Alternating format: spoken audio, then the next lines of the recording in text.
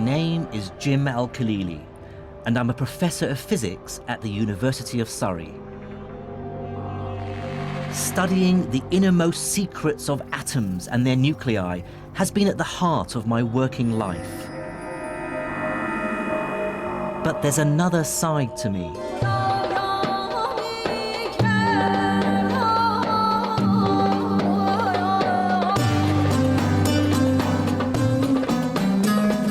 I was born and grew up in Baghdad to an English mother and Iraqi father, but left Iraq with my family in the late 70s when Saddam Hussein came to power. By then, science was already my great passion in life, and as I studied it further, I saw myself fully part of the Western tradition, inspired by names like Newton and Einstein. But buried away was this nagging feeling that I was ignoring part of my own scientific heritage. I still remembered my school days in Iraq and being taught of a golden age of Islamic scholarship, that between the 9th and 12th centuries, a great leap in scientific knowledge took place in Baghdad, Damascus, Cairo, and Cordoba. So I want to unearth this buried history, to discover its great figures, and to assess exactly what their contribution to science really was. Are there medieval Muslim scientists who should be spoken of in the same breath as Galileo or Newton or Einstein? And crucially, what is the relationship between science and Islam?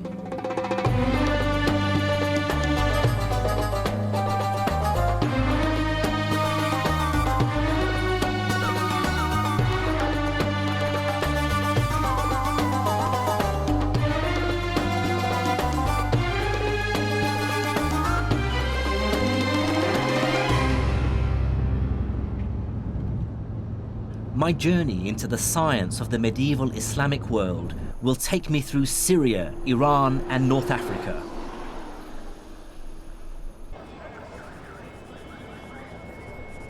I started in the back streets of the Egyptian capital, Cairo, with the realization that the language of modern science still has many references to its Arabic roots. Take scientific terms like algebra, algorithm, alkali. I instantly recognize these words as Arabic. And these are at the very heart of what science does. There will be no modern mathematics or physics without algebra, no computers without algorithms, and no chemistry without alkalis.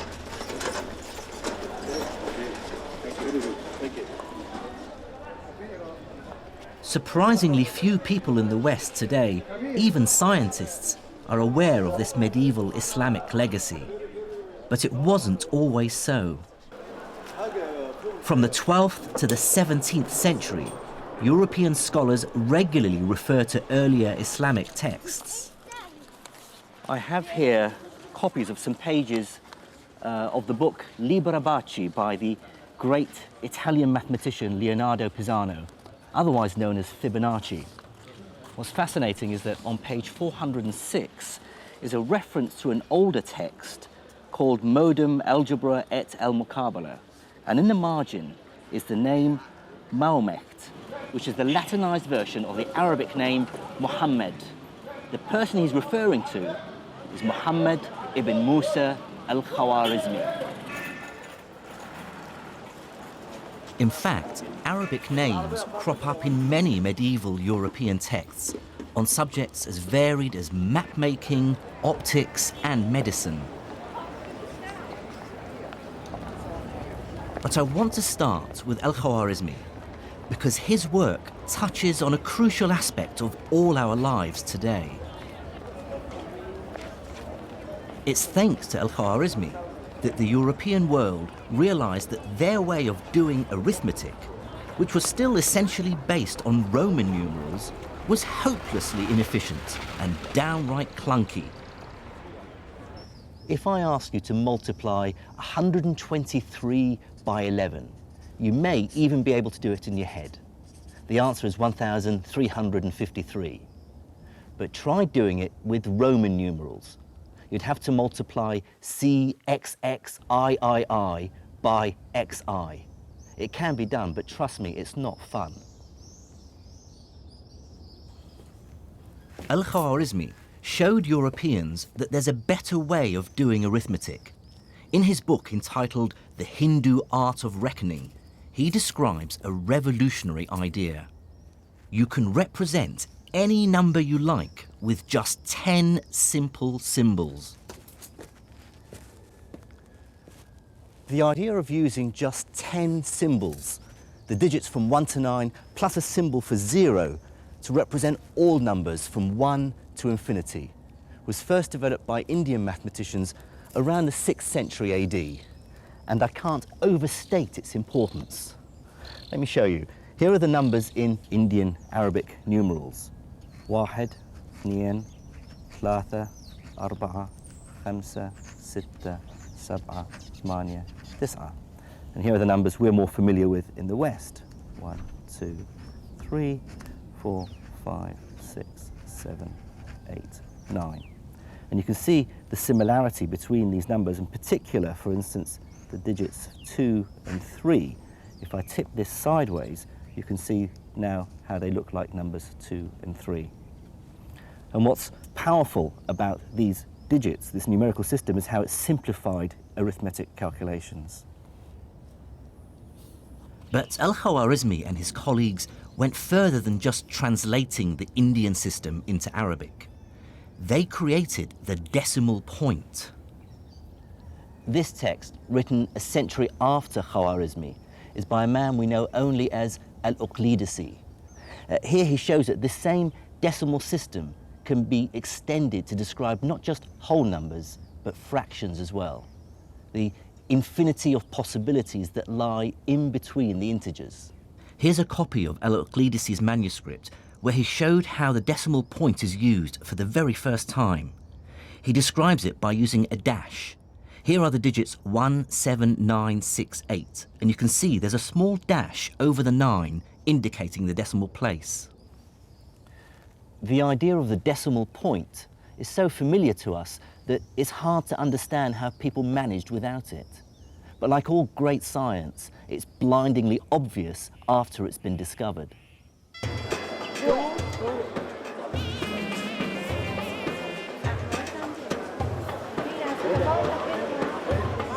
The story of numbers and the decimal point hints that even over 1,000 years ago, science was becoming much more global.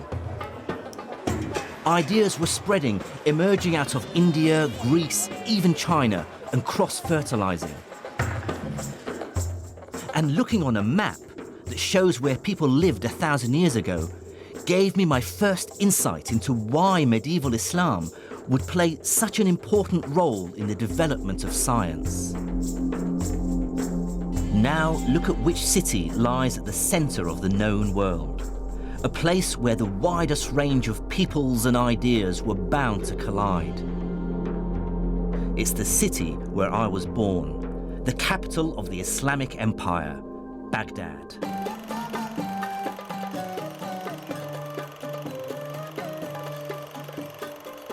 Recent events mean I can no longer visit the city.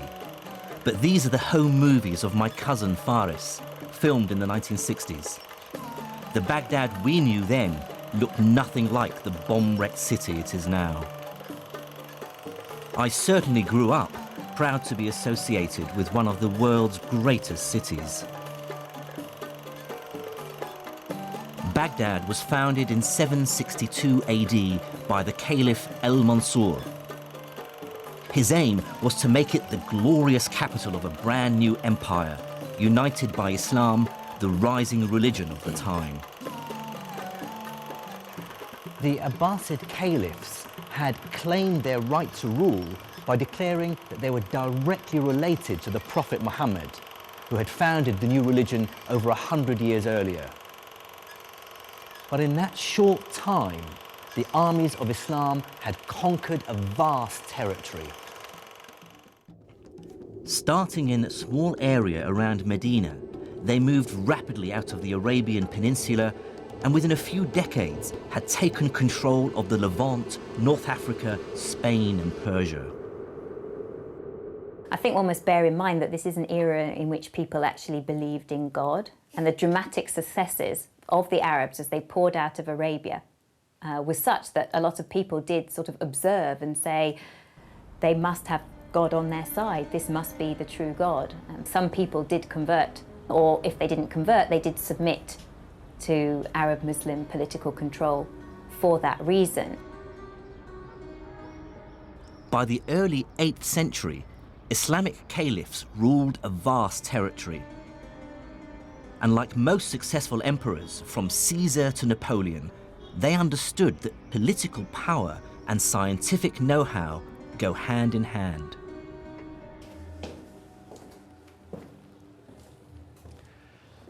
There were many reasons for this. Some were practical. Medical knowledge could save lives. Military technology could win wars. Mathematics could help deal with the increasing complexities of the finances of state. And Islam as a religion also played a pivotal role. The Prophet himself had told believers to seek knowledge wherever they could find it, even if they had to go as far as China. And many Muslims, I'm sure, felt that to study and better understand God's creation was in itself a religious duty. But there were also other less edifying motives at play. To many in the ruling elite of the Islamic Empire, knowledge itself had a self-serving purpose, because possessing it was seen as proof of the new empire's superiority over the rest of the world. But with military and political success, the Islamic caliphs faced an inevitable problem. How do you sensibly govern a hugely diverse population? Although some of the empire had converted to Islam, they were still separated by huge distances and adhered to many different traditions and languages. In the 8th century AD, the empire's leader, the Caliph Abd-al-Malik, had to find a way of administering this mishmash of languages. Like all the great figures of the Islamic Empire, Abd-al-Malik lived in a culture without portraiture. All we have are later impressions of what he might have looked like. His solution was sweeping in scale and inadvertently laid the foundations of a scientific renaissance. It was this Abd al-Malik ibn Marwan who said, this bureaucratic chaos has to stop.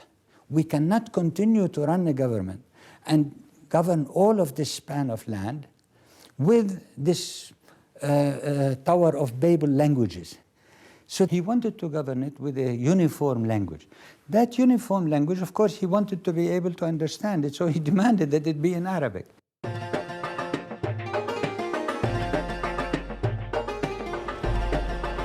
But the choice of Arabic as the common language of the empire went beyond administrative convenience.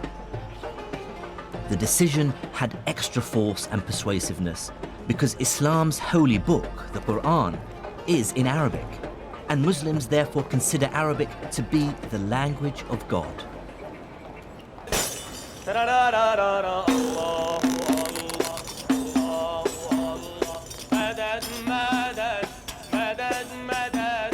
The words of the Quran are so sacred that its text hasn't changed in over 1,400 years. By comparison, English has changed dramatically in just 700 years. To our ears, Chaucer is almost unintelligible, whereas any Quran can be understood by anyone who reads Arabic.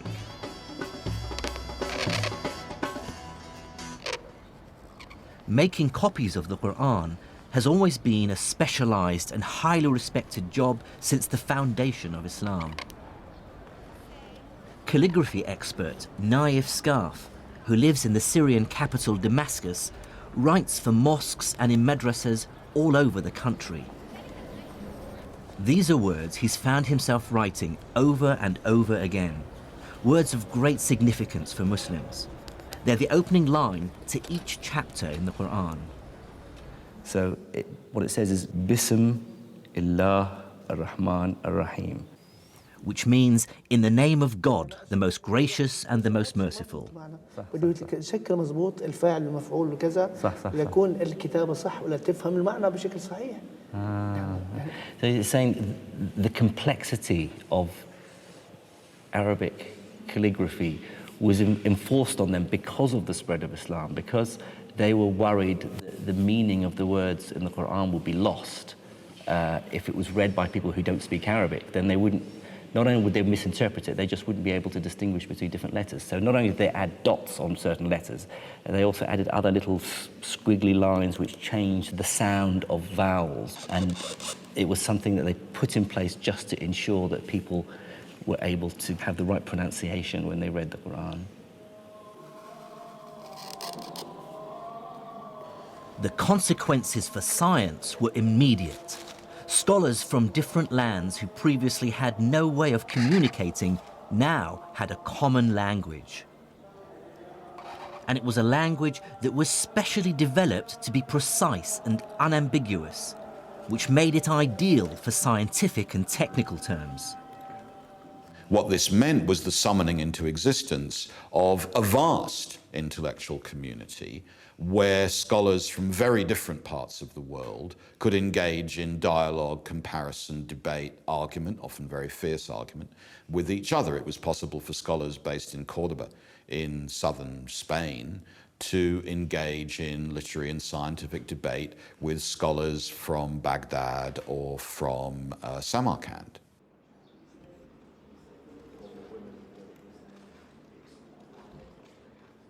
But I can tell you that scholars aren't motivated by the love of knowledge alone. There's nothing like a large hunk of cash to focus the mind. By the early 800s, the ruling elite of the Islamic Empire were pouring money into a truly ambitious project, which was global in scale and which was to have a profound impact on science. It was to scour the libraries of the world for scientific and philosophical manuscripts in any language. Greek, Syriac, Persian, and Sanskrit, bring them to the empire and translate them into Arabic. This became known as the translation movement.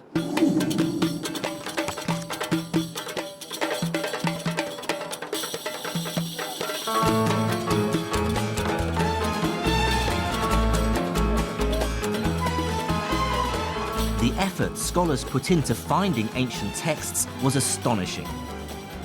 And one key reason for this is that bringing a book to the caliph, which he could add to his library, could be extremely lucrative. The story goes that the Caliph al-Ma'mun was so obsessed that he would send his messengers out of Baghdad far and wide to distant lands just to get hold of books that he didn't possess for the translation movement. And anyone who brought him back a book that he didn't have, he'd repay him its weight in gold. To give some sense of the extent of this activity, sort of between 750 and 950, somebody called An-Nadim, who wrote a list of sort of the intelligentsia of the Abbasid era, lists 70 translators. So it was quite a large cohort of people involved in translation, and obviously he only named the well-known.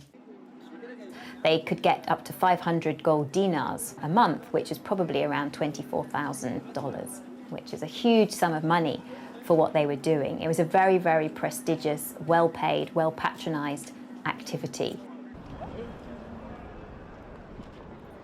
And motivating this global acquisition of knowledge was a pressing practical concern, one that rarely crosses our minds today. This is the new library at Alexandria in Egypt. But fresh in the memory of many in the empire was the story of the destruction of the original library at Alexandria centuries earlier, and the shocking loss of thousands of years of accumulated knowledge.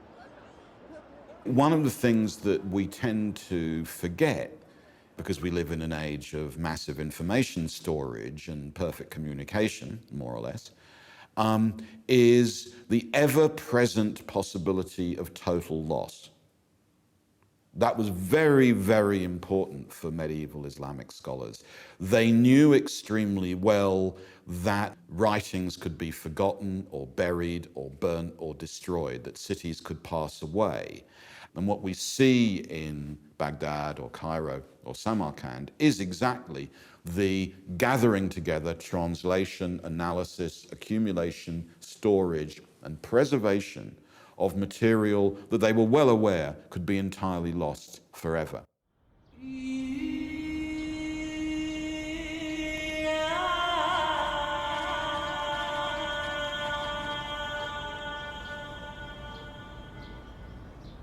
And if there was one branch of knowledge that everyone, from the mighty caliph to the humble trader, wanted to preserve and enhance, it was medicine.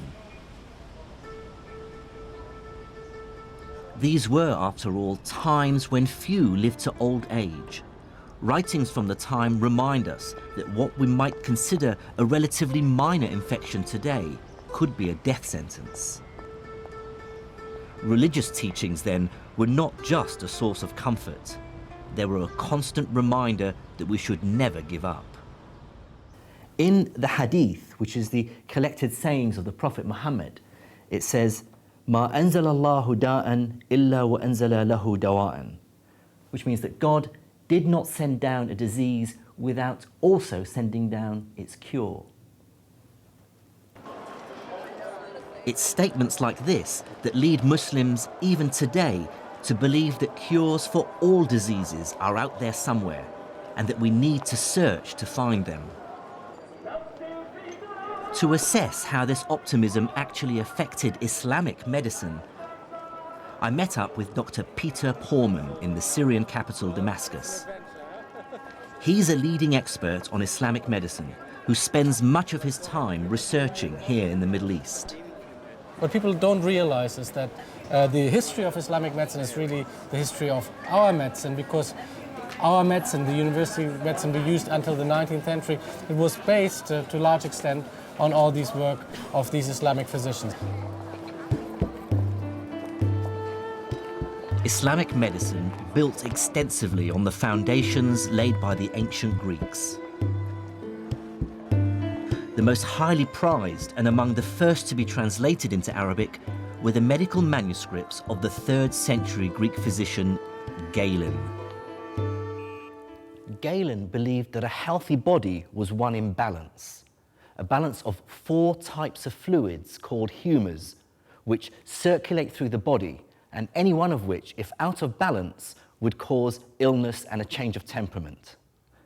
The 4 humours were yellow bile, which, if in excess, would cause the patient to become bilious or bad-tempered and nauseous.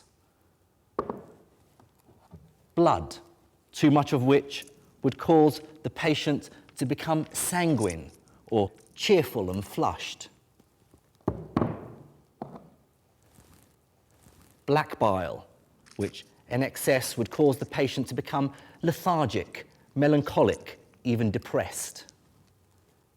And phlegm, which in excess would cause the patient to become phlegmatic or apathetic and emotionally detached.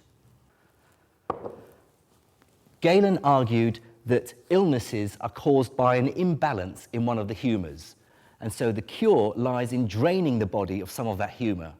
And so he recommended techniques like cutting to induce bleeding or using emetics to induce vomiting. But Islamic doctors were acutely aware that Galen and Greek medicine were only one source of medical knowledge. There were other traditions of medicine that they were equally keen to incorporate into their understanding of how the body functioned. Medieval Arabic texts refer to wise women, folk healers who provided medical drugs. This tradition continues today, as I found when I came across one for myself in the back streets of Hammamat in Tunisia. This is Arafat Nabil. She's been running her shop selling medicinal herbs and spices for over 20 years. She believes that her remedies can cure a wide range of medical ailments. مثلا هذه عشبة نعم. اسمها شيح تنحى الدود من البطن وتنحي جميع الأوجاع الداخلية. بعد من الزرنيخ ينحي الثعلبة وبعشبة هذه اللي تراها أنت تويكة تنحي تقولوا البرص. اوكي. مثال هذوما مثلا كما هذه وهذه للصرع والجنون. صرع يحطها ويحط شويه في المخده نتاعو ما عادش بك اللي يشدوا الكريز هذاك.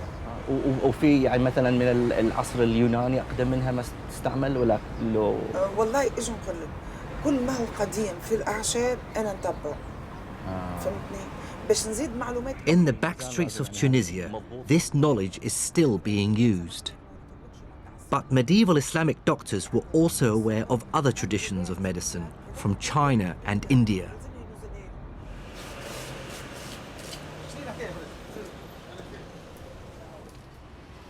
And yet another tradition of medical guidance came from within Islam itself, and takes some of its ideas from the Quran and some from the collected sayings of the Prophet, the Hadith.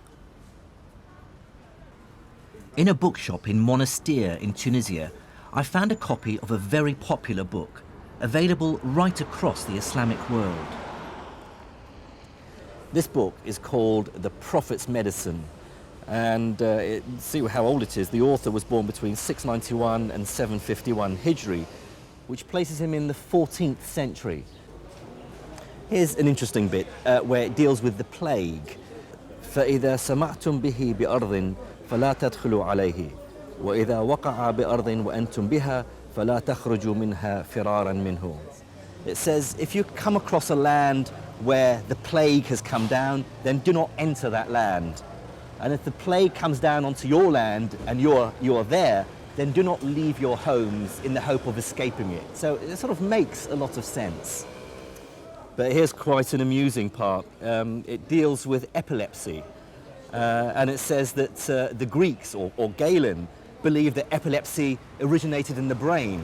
So, however, they were ignorant. They didn't realize the true cause of epilepsy, which is the possession of the body by evil spirits. And it talks about the cure for epilepsy being exorcism. Hardly scientific. But Islam's most tangible contribution to medicine is less in its specific remedies and more in its overarching philosophy.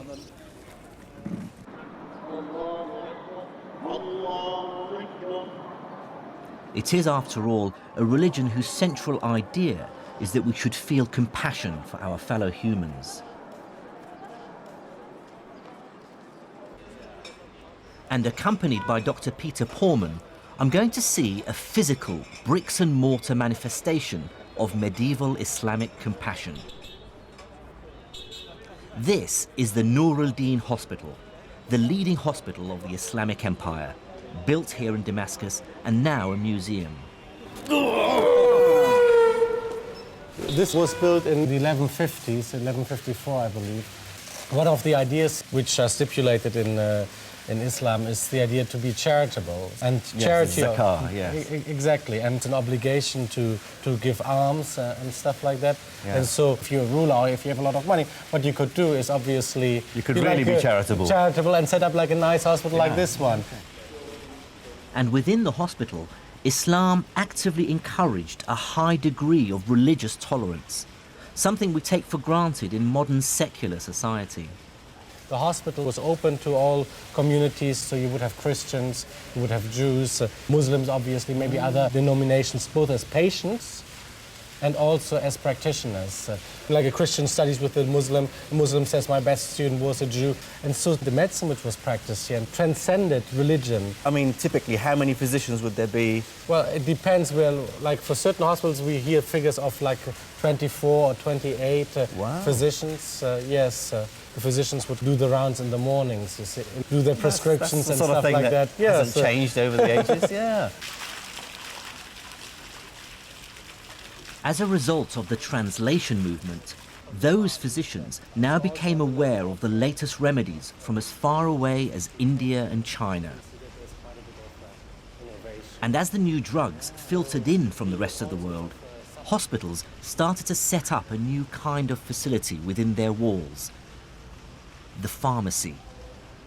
So this notion of a pharmacy in a hospital, is that a new innovation? Well, the whole package, certainly, that's new. And what is interesting, if you look for innovation, again, like on the level of pharmacy, if you look at Baghdad or even Damascus, it's at this crossroad of cultures. So loads of new things come in, like musk, for instance, myrobalan. You have like Indian drugs. There's like an Indian pill, for instance, which is good against headaches and bad breath, but also gives you sexual appetite and stuff like that. So Cures your headache, gives you fresh breath, and gives you increased. And so it's like toothpaste, Viagra, and aspirin. That's right, all in one. Fantastic. Yeah. So let's walk in here. Peter wants to show me perhaps the most ghoulish aspect of Islamic medicine, surgery. Here you have like a wonderful illustration. It appears that this is the first anatomical illustration in history. Like you see, it says adala, which means muscle, and so these are like the different muscles which move the eyelids. So it was understood then that the muscles controlled the absolutely, the lens in the eye. Yeah, and moved the eyelid and stuff like that. So the other thing which we have here, which is really nice, is I think we have some. Like ophthalmological instruments. For instance, it's a hook, could be used, for instance, like to kind of pull back your eyelid, that sort of thing. These instruments were very useful to the doctor. Although these tools might look crude, eye surgery was one of Islamic medicine's great successes. One innovation was to improve an older technique for curing cataracts called couching, which in their hands had a success rate of over 60%. In a living subject, the cornea would be clear and you'd be able to see the pupil clearly with the cataract sitting behind the pupil, the wide opacity. To see how couching stands the test of time, I'm meeting up with eye surgeon Mr. Vic Sharma. Right, the cataract is the lens inside the eye, which sits behind the pupil. As with time, with age, the lens gets cloudier and cloudier. And that's what is referred to as a cataract. Okay. I've brought along a replica of a medieval couching knife and a description of the treatment by Al-Khwarizmi, which is the Latin name for the great 10th century Islamic surgeon Al-Zahrawi. He says you take the couching needle in your right hand, if it be the left eye, and so on, and then thrust the needle firmly in, at the same time rotating it with your hand until it penetrates the white of the eye, and you feel the needle has reached something empty.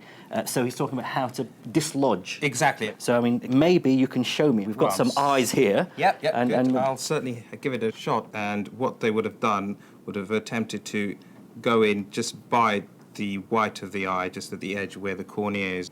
And then what they are attempting to do is to sweep around, trying to break all those ligaments of that lens and trying to get the lens to drop away from the pupil to allow more light to enter in through the pupil and to brighten the subject's vision.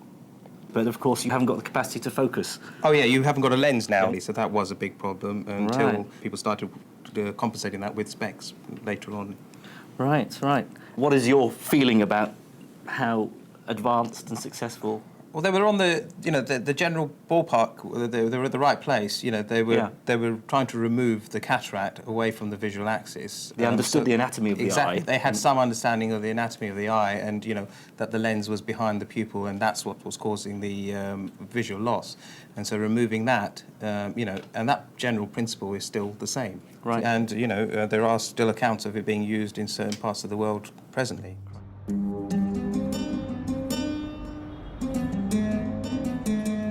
Looking back at medieval Islamic medicine with modern scientific eyes is frustrating. They take as true many things we know to be nonsense. But on the other hand, their desire to deal with this vast subject logically and systematically is admirable and truly marks a break with the past. One Islamic scholar, more than any other, embodies the synthesis of religion, faith, and reason. His name was Ibn Sina, or Avicenna, as he's known in the West. He was a polymath who clearly thrived in intellectual and courtly circles. In 1025, he completed this, Al-Qanun fil Tib, or the Canon of Medicine. In it, Ibn Sina collated and expanded on all that had gone before him, medical ideas from Greece to India, and turned them into a single work.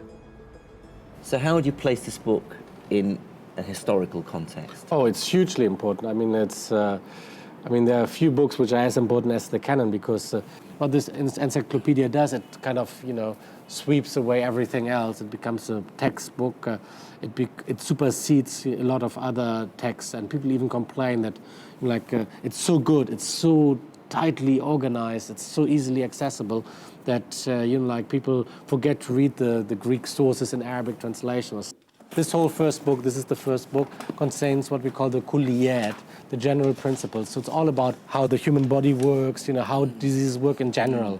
The second book contains diseases, what we sometimes call from tip to toe, from tip to toe. So he starts with the diseases of the head, and then he moves down, like the eyes, the ears, the nose, the mouth, and he normally they end up at the sexual organs, you see. At first sight, the sheer ambition of the 3 volumes is hugely impressive. Here's an attempt at diagnosis and cure for diseases as diverse as depression, meningitis, and smallpox. And there's even detailed chapters on more common problems. So, for instance, here you have headaches. So different kinds of headaches. في العلاج الصداع الحادث عن الروائح الطيبة. So headaches caused by pleasant, fragrant smells. And then he's also got al-hadith min al-khimar, so hangovers. Different kinds of treatment. You can get headache from sex. Is that right? Well, hasn't happened to me yet, but let's see. So, the treatment of headache caused by sex. ويجب لمن يعتريه ذلك عقب الجماع وبامتلاء أن يبدأ بالفست. So if somebody has or is befallen by, suffers from a headache after sex, and he also has a repletion, so he has too many superfluities or something like that, so يجب أن يبدأ بالفست. One has to first resort to venesection or bloodletting. ثم بالإسهال, and then you should use purging. إن وجب كل واحد منهما. For both of them, bloodletting and purging are necessary. A lot of the stuff in here sounds like nonsense, of course, because this is not modern medicine. No, it's not. So how long was this taken seriously? Well, the fundamental ideas contained here about how the body works, they haven't changed until the early 19th century. There was progress, obviously, on certain levels, but the essence was the same. And then came the big break with the discovery of bacteria and viruses and things like that. And from the second half of the 19th century onward, medicine was totally revolutionized. Ibn Sina's canon of medicine is a landmark in the history of the subject. Although much of the medical science it espouses we know now to be terribly misguided, its value lies in accumulating the best knowledge in the world at the time into one accessible, organized text. The canon would give future generations something to rewrite.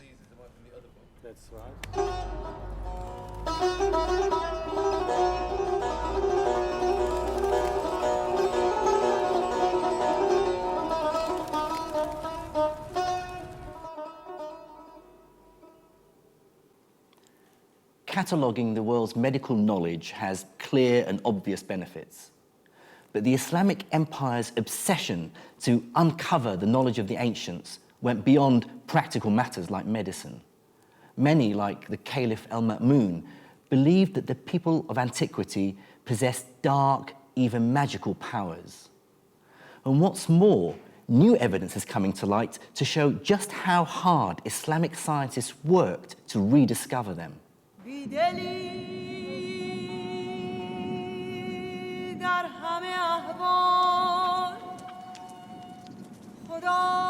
To find out about that story, I have to visit the harsh, burnt yellow of the Sahara Desert in Egypt.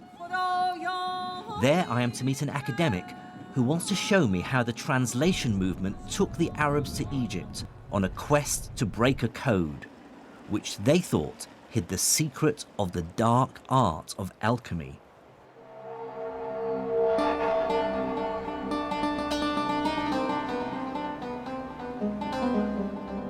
This is Saqqara, a necropolis or graveyard of the ancient pharaohs. Over a 10-acre site, it's a collection of burial chambers and step pyramids that were built in the 3rd millennium before Christ. These are said to be among the oldest stone buildings in the world. Mind the step here? Archaeologist Dr. Okasha Al-Dali is my guide. He was about to reveal the most astonishing story of my journey so far. Oh, look at that. Like most people, I believed that Egyptian hieroglyphs had remained completely undeciphered until the 19th century. Then came the chance discovery of the famous Rosetta Stone. This stone had the same inscription written in both hieroglyphs and Greek. It provided the crucial clues which British and French scholars used to decipher the writings of ancient Egypt. That's the usual story one hears. But Dr. Al-Dali has made a discovery that dramatically alters it. He has recently unearthed a number of rare works by the Islamic scholar Ibn Wahshiyya.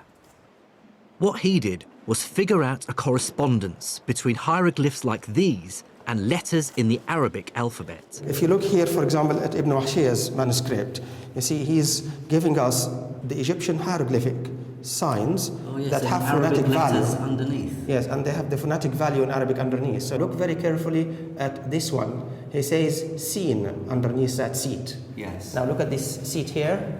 That is S. That seat in Egyptian hieroglyphic is used for the sign S, seen, which is what you see here, seen. That is the name of the god Osiris. Osiris. Oh, with an S. That's the seen. Oh, yeah. This is the letter H. This one here. This is the ha. The water wave Water, right. is the letter N, or noon in Arabic. T and the letter F. These are all letters. These are all letters. But then he realized... But how did he decipher the hieroglyphs? The one good thing about the early Arab scholars was their ability to link ancient Egyptian language, we call hieroglyphic, to link it with their own contemporary Coptic. They realized that Coptic is nothing but the later stage of ancient Egyptian language. And they realized this because the translation movement had literally placed hundreds of Coptic texts into their hands.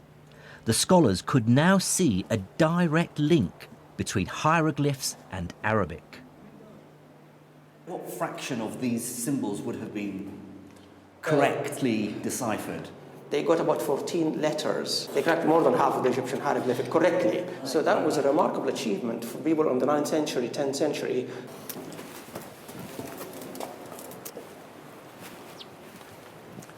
Well, that's probably the biggest revelation for me so far on my travels, that Egyptology didn't begin in the 19th century.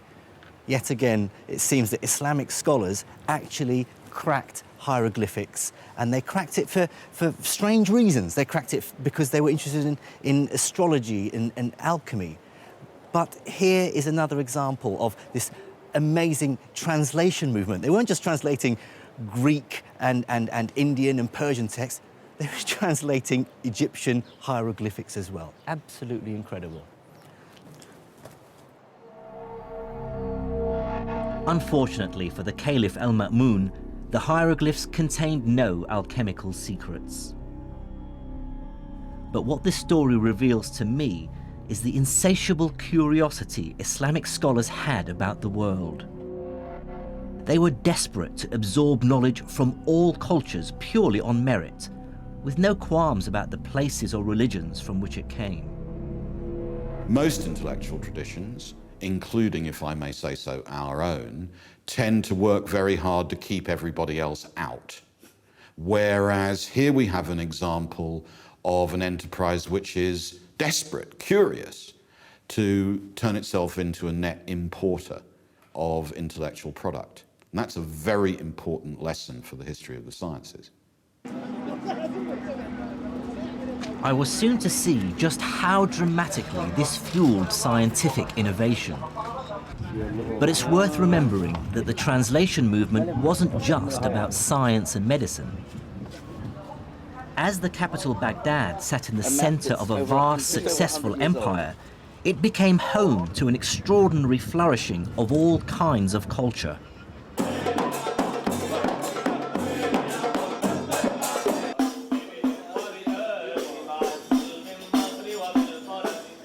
For this is the time described by 1001 Nights, of great and generous caliphs, magic carpets, great journeys, but also ambitious buildings, music, dance, storytellers, and the arts.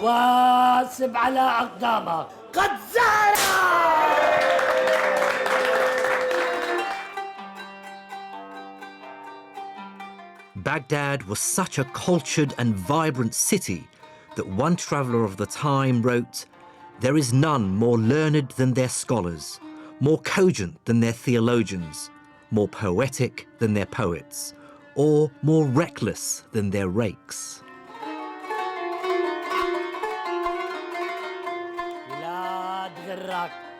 It really must have felt like Baghdad and the Arabic Empire were the world leaders in civilization and culture. To be part of that city's growing intellectual elite must have been as exciting as it gets.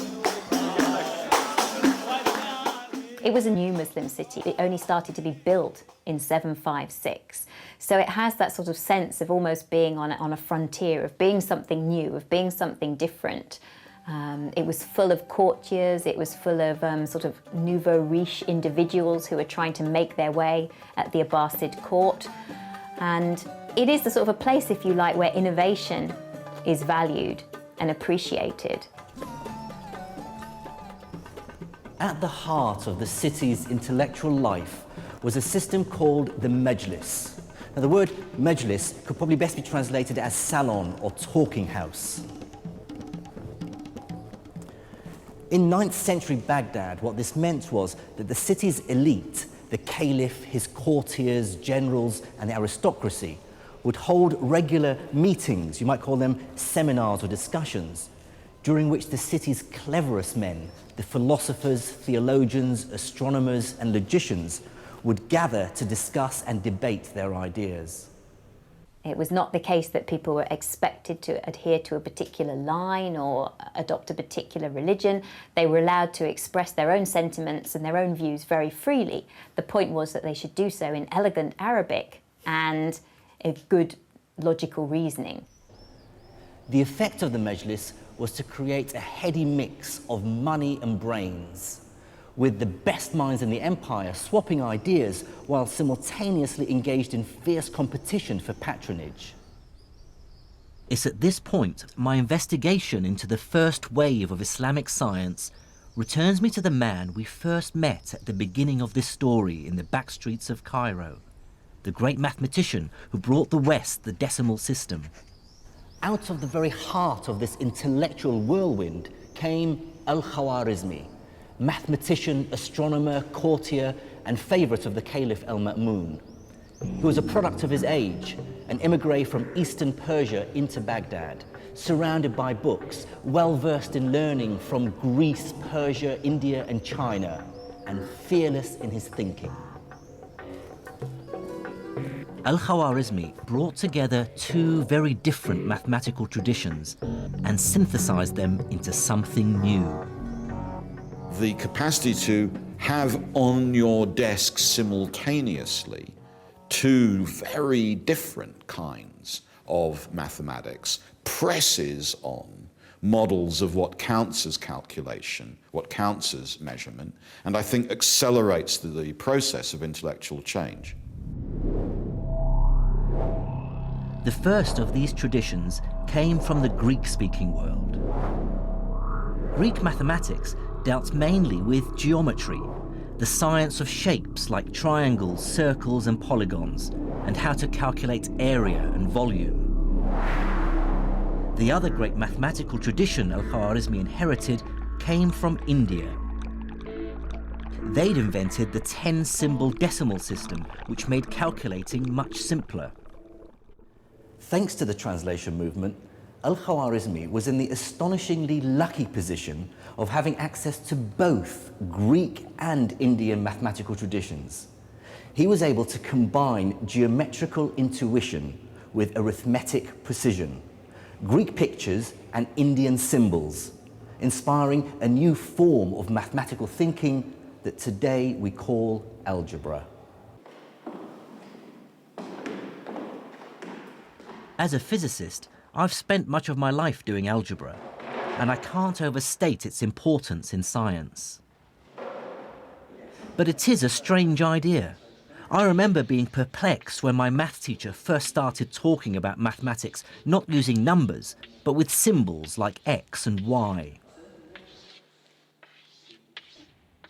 It's an incredibly liberating idea because it allows you to solve problems without getting bogged down in messy numerical calculations. So we have here this priceless manuscript, Kitab Al-Khwarizmi, Al-Khwarizmi's book, and Professor Ian Stewart has studied algebra for much of his working life. Together, we looked at an early copy of the book in which the idea really took form. I see here, although it's written sort of in the margin, the title of the book, Al-Jabr wal-Muqabala. So that's the first time the word Al-Jabr appears. Algebra. Algebra, that's where our word algebra comes from. Now, what I found very early on is that he said, I discovered that people require three kinds of numbers, judur wa amwal wa adad, so roots, squares, and numbers. So what is he trying to do here? This is what we would now call x and x squared. This is quadratic equations. This really is algebra. So he's setting you up for a book about how to solve equations by algebraic methods. Okay, now quadratic equations I thought were around and being solved long before Al-Khwarizmi, back to Babylonian times. So, what's the big deal about this book? It's the point of view. He treats root and square as if they're objects in their own right. They're not just some number that we're trying to find out. They're a process you apply. What Al-Khwarizmi is thinking of is square means take the root and multiply by itself. And that recipe is true whatever the root might be. If it's 5, it's 5 times 5, it's 25. If it's 3, it's 3 times 3. He's giving you a general recipe, now called an algorithm, after him. The algorithm comes from... It comes from... It's another word that comes from Al-Khwarizmi, yes. Now, he talks about this procedure here on the next page. You take the number multiplying the root, and then you halve it, and then you multiply it by itself. Then you add it to the other number and take the square root. That's the algorithm, is it? That's right, and this is where you see the difference, because previous writers on the subject would have said things like, take half of 10, which is 5, square that, which is 25, and then they do another problem, take half of 12, which is 6, square that, which is 36, and they'd run you through this same process over and over again with different numbers, and it would be up to you to infer how to do it on the next problem. But he doesn't do that. He doesn't do that. He says, take half the root. Whatever the root is, take half the root. So half the root is actually an object. If the root is an object, half the root is an object. So you don't have to have in your mind what that root stands for. You can forget about what it stands for.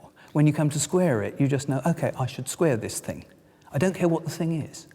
So you abandon temporarily this link with specific numbers, manipulate the new objects according to the rules that his book is explaining, and then the numbers that these objects represent in your particular problem will miraculously appear at the end, and you'll end up with x equals 3, or whatever it is. So how revolutionary do you regard Al-Khwarizmi's work?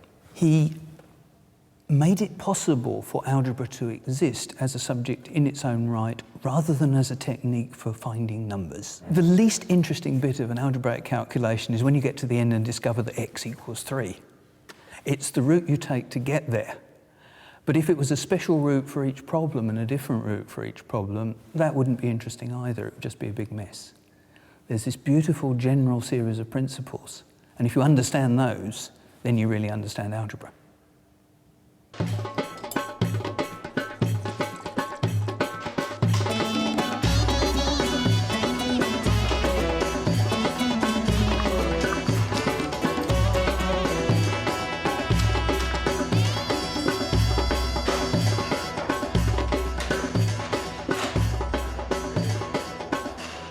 is the true global importance of algebra? It's been used throughout the ages to solve all sorts of problems. Let the mass of the cannonball be m. Let the distance it has to travel be d. Use algebra to work out the optimum angle you have to point your cannon. That sort of knowledge wins wars. Or let's call the speed of light c, the change in mass of an atomic nucleus m, and then calculate the energy released with the following algebraic formula E equals mc squared.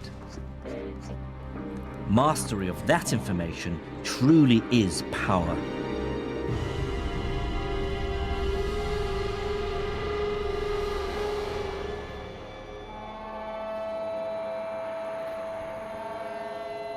Algebra has helped create the modern world.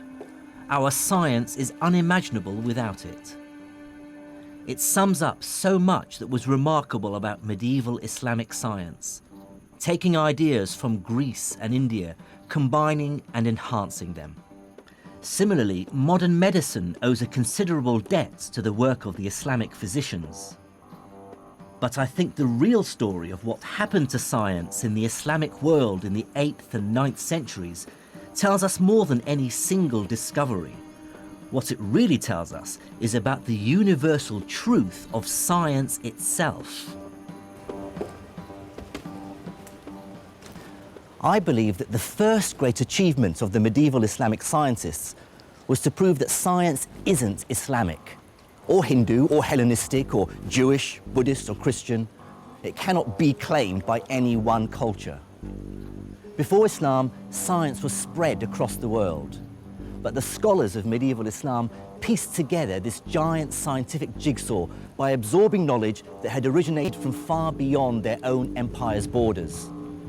This great synthesis produced not just new science, but showed for the first time that science as an enterprise transcends political borders and religious affiliations. It's a body of knowledge that benefits all humans. Now that's an idea that's as relevant and as inspiring as ever.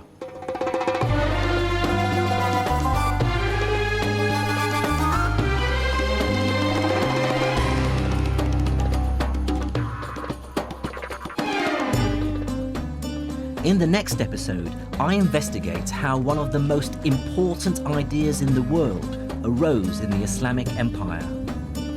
I discover how mathematics and experimentation fused together as the empire embraced a medieval industrial revolution. And in Cairo, I find out how these ideas led directly to today's world of science and technology.